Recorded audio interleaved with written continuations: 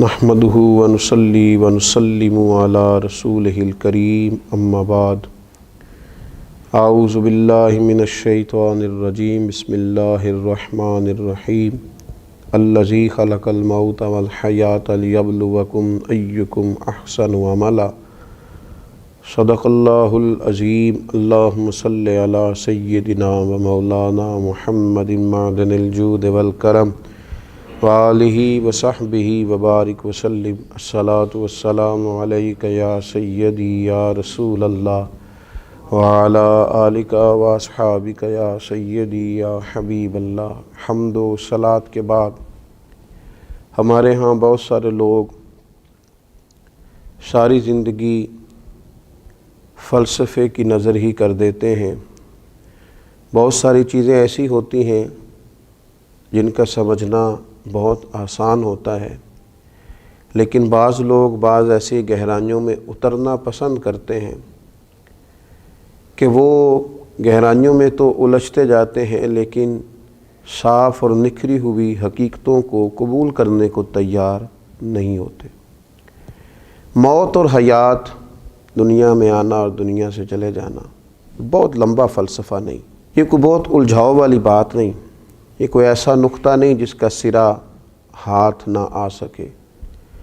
اللہ تبارک و تعالیٰ نے فرما دیا ہے کہ الذی خلق الموت والحیات لیبلوکم ایکم احسن عملا، ہم نے موت اور حیات کو اس لیے پیدا کیا ہے تاکہ پتہ چلے تم میں سے بہترین عمل کون کرتا ہے۔ بڑی سادی سی بات ہے کہ اس دنیا میں آنے کا مقصود اپنی آخرت کو بہتر بنانے کے لیے اعمال کرنا ہے۔ اچھے اعمال کے لیے انسان دنیا میں آیا ہے۔ انسان کی منزل آخرت ہے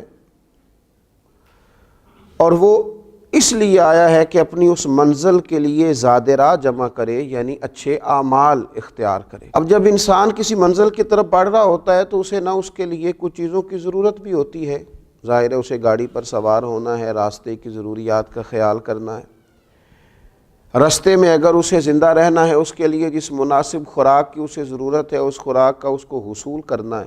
تو منزل تک پہنچنے کے لیے جن چیزوں کی ضرورت ہے اس ضرورت کو اختیار کرے گا، لیکن ضرورت کو کبھی منزل نہیں بنائے گا۔ راستہ ہوتا ہے، راستہ کبھی منزل نہیں ہوتا، لیکن راستے کو اختیار ضرور کیا جائے گا۔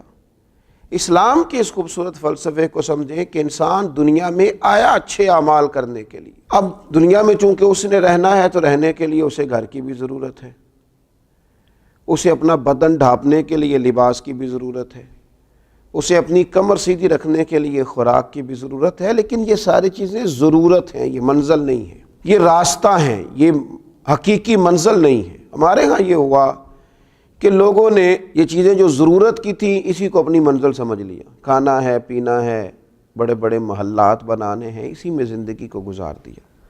ان چیزوں کو برتنے کے لیے ضرور استعمال کریں گے، لیکن منزل حقیقی آخرت ہے، اللہ کی رضا ہے۔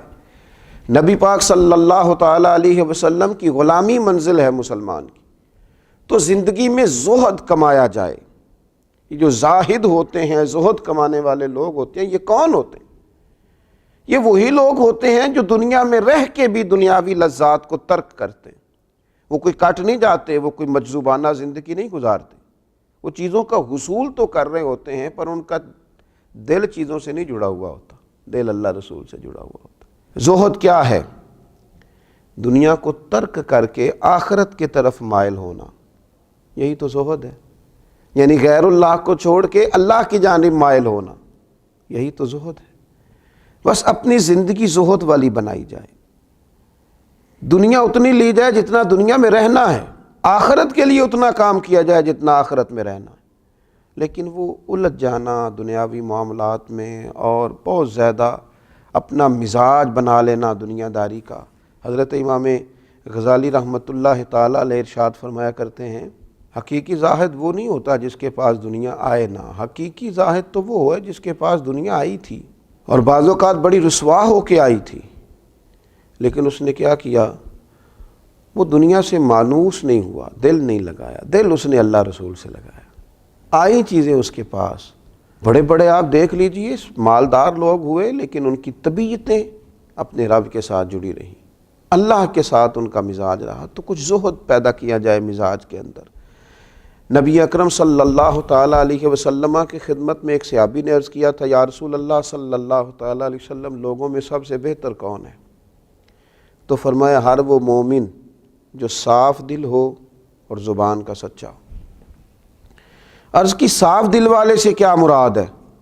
تو حضور علیہ الصلوۃ والسلام نے فرمایا متقی ہو، مخلص ہو، جس کے دل میں خیانت نہ ہو، دھوکہ نہ ہو، بغاوت نہ ہو، حسد نہ ہو۔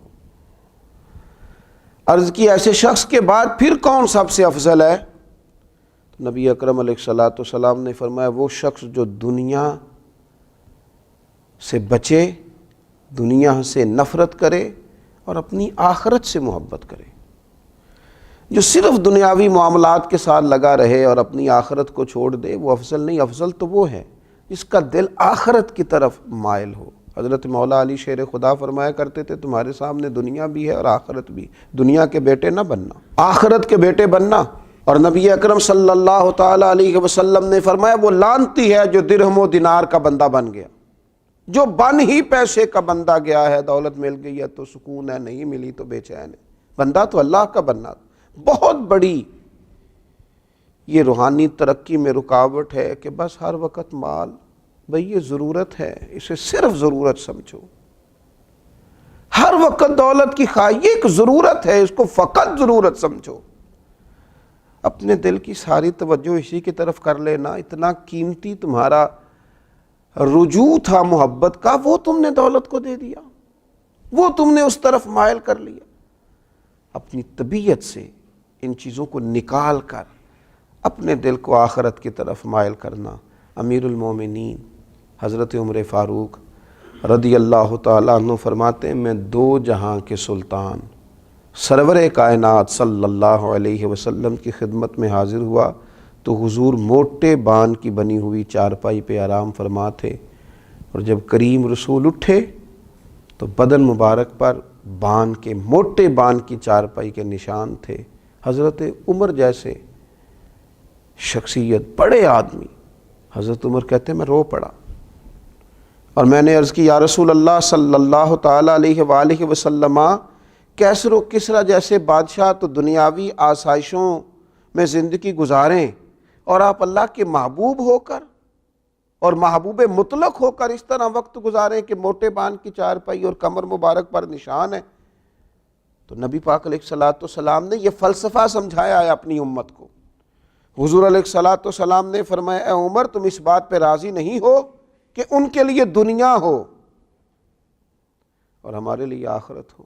وہ فقط دنیاوی زندگی میں کچھ آسانیاں لیں اور آخرت میں وہ رسوا کر دیے جائیں، اور ہمیں اللہ تعالیٰ آخرت میں برکتیں، عزتیں، سعادتیں دے، اگرچہ یہاں تھوڑا وقت ہمیں مشکل میں بھی گزارنا پڑے۔ کیا تم راضی نہیں ہو اس بات پر کہ کیسر و کسریٰ کے لیے دنیا ہو اور ہمارے لیے آخرت ہو؟ تو حضرت عمر نے عرض کی یا رسول اللہ صلی اللہ تعالیٰ علیہ وسلم میں اس بات پہ راضی ہوں۔ ارشاد فرمایا بس پھر عمر ایسا ہی ہے، زہد کا مزاج بنایا جائے، کچھ تھوڑا سا نا گزارا۔ وہ کسی درویش نے کہا تھا اور کمال کہا تھا، اس نے کہا تھا لوگوں نے اتنا پایا نہیں جتنا ہم نے ٹھکرایا ہے۔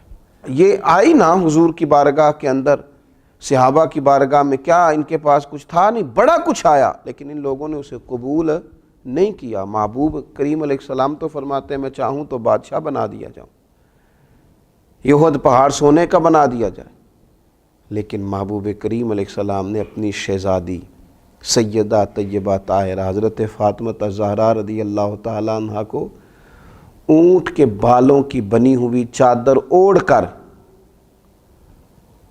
چکی پیستے ہوئے دیکھا تو فرمایا فاطمہ دنیا میں تھوڑی سی مشقت برداشت کرو۔ یہ دیکھیے لوگ بڑی مایوسی کا اظہار نہیں کرنے لگ جاتے ہو میری بیٹی کتنا کام کرتی ہے، دیکھو کس مشقت میں ہے۔